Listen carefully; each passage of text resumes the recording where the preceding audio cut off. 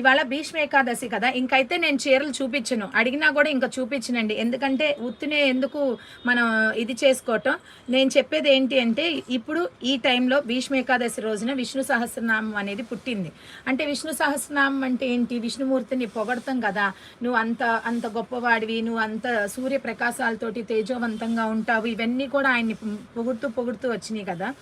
మనం దేవుణ్ణి ఎట్లా అయితే గోవిందనామాలు అనుకోండి, లలితా సహస్రనామం అనుకోండి, విష్ణు సహస్రనామం అనుకోండి, గరుడ పురాణం అనుకోండి, ఏదైతే చేసి ఆ దేవుళ్ళ యొక్క గొప్పతనాన్ని పొగుడుతూ ఉన్నామో, హనుమాన్ చాలీసా కానీ పొగుడుతూ ఉన్నామో, మనిషి కూడా అంతేనండి. మీరు ఏ పొద్దు ఒక మనిషిని తిడుతూ తిడుతూ తిడుతూ ఉంటే ఎవ్వరు మనకేం చేయరు తెలుసా.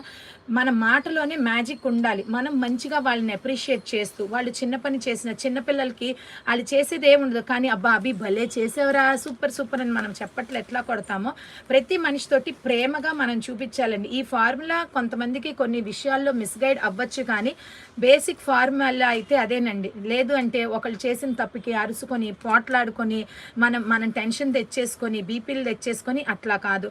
కైండ్నెస్, మనం ఎదుటి మనిషిని పొగుడుతూ ఉంటే, దేవుడు అంతటి వాడే పొగడ్తలకి పడిపోయినప్పుడు మనిషి ఎంత చెప్పండి.